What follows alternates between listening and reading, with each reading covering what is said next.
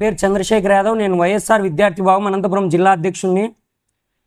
ఈరోజు కూటమి ప్రభుత్వంలో రాష్ట్రంలో విద్య వైద్యం అనేది సంతలో మార్కెట్లో ఏ విధంగా కాయగూరలు అమ్ముతారో అదేవిధంగా చంద్రబాబు నాయుడు గారు విద్యాశాఖకి ఏమాత్రం ఎలిజిబుల్ లేని నారా లోకేష్ గారు అదేవిధంగా రీల్స్ చేసుకుంటూ పబ్బం గడుపుతూ బ్రిటన్లో ఒక కథ ఆ కథ ఈ కథ అని చెప్పుకుంటున్నటువంటి మంత్రి సత్యకుమార్ యాదవ్ గారు మొత్తం కార్పొరేట్ వ్యవస్థకి దోచిపెట్టే విధంగా ఈరోజు వైద్య కళాశాలల్ని ఏ విధంగా పీపీపీ మోడ్లో ప్రైవేట్ వాళ్ళకి కట్టబెడదామన్న ఆలోచనతో కూటమి ప్రభుత్వం ముందుకు సాగుతుంది.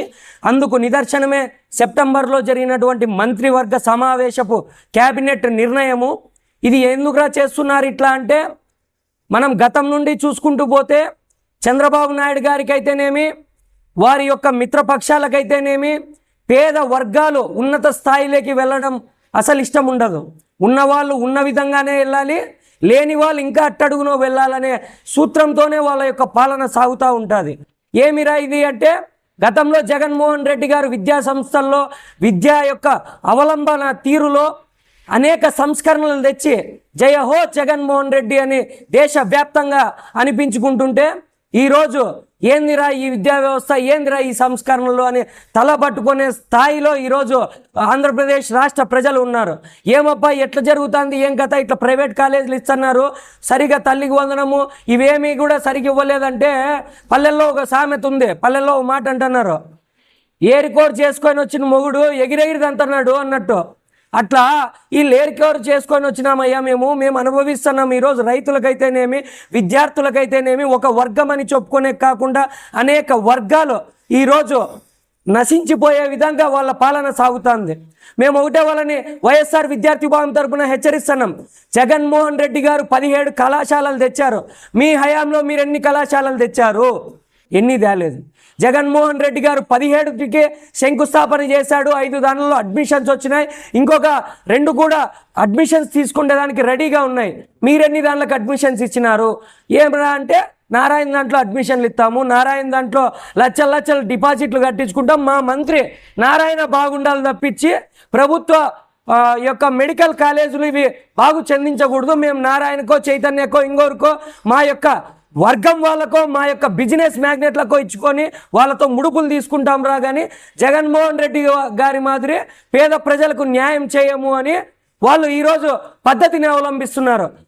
ఆ యొక్క విధానానికి నిరసనగా వైఎస్ఆర్ విద్యార్థి యువజన విభాగం ఆధ్వర్యంలో 19వ తారీఖు శుక్రవారం రోజున ఉమ్మడి అనంతపురం జిల్లాకు సంబంధించిన పెనుగొండ దగ్గర ఉన్న నిర్మాణంలో ఉన్నటువంటి మెడికల్ కళాశాలకి విద్యార్థులు యువజనులు మేధావులు అందరూ రావాలని మేము వైఎస్ఆర్ విద్యార్థి యువజన విభాగంగా పిలుపిస్తున్నాం.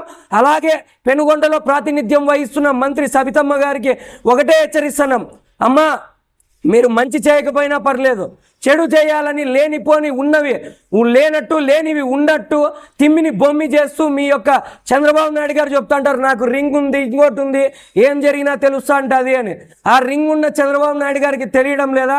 మేము కట్టిన మెడికల్ కాలేజీలు వైఎస్ జగన్మోహన్ రెడ్డి గారి హయాంలో కట్టిన ప్రభుత్వ మెడికల్ కాలేజీలు కనపడలేదా? మీరు కన్స్ట్రక్షన్లో ఉండేటివి ఎక్కడ ఏ విధంగా అంటే ఇంకా నిర్మాణంలో కొంత మేరకు ఉన్నటువంటి వాటి దగ్గర పోయి ఏమీ లేదు, ఇంకా నిర్మాణంలోనే లేవని ఒక ఫేక్ ప్రాపగాండాన్ని సృష్టించాలని మీరు చూస్తున్నారు. ఇది మీకు మంచి పద్ధతి కాదు. మా విద్యార్థి లోకం తరపున మీకు ఒకటే హితవు పలుకుతున్నాం. గతంలో జనార్దన్ రెడ్డి గారు లాంటి ముఖ్యమంత్రి రాజీనామా చేసిపోయారు ఇదే మెడికల్ ఇష్యూస్ మీద ఏ విధంగా ప్రైవేట్కి ఇద్దాము అన్న ఆలోచన చేస్తే రాజీనామా చేసి వెళ్ళిపోయిన ఘటన ఇదే ఆంధ్రప్రదేశ్ రాష్ట్రంలో నెలకొనింది. ఇదే చంద్రబాబు నాయుడు గారికి కానీ పట్టే రోజులు కానీ ఎక్కడా లేవు, త్వరలోనే రానున్నాయి.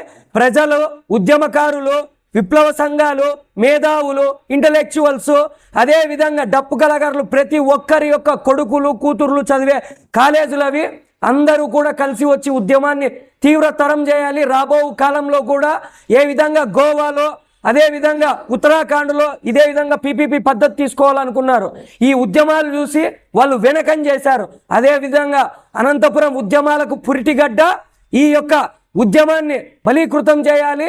ఇది ఇంకా మొదటగా అడుగేస్తున్నామో విద్యార్థి యువజన సంఘాలంతా కలిసి ఈ ఉద్యమాన్ని సమైక్యాంధ్ర ఉద్యమం రేంజ్లో మనం చేసి ఈ యొక్క విధానాన్ని వెనక్కి తీసుకునే వరకు మనం తగ్గకోకుండా ముందుకు పోవాలని నేను మీడియా తరపున పిలుపునిస్తున్నా.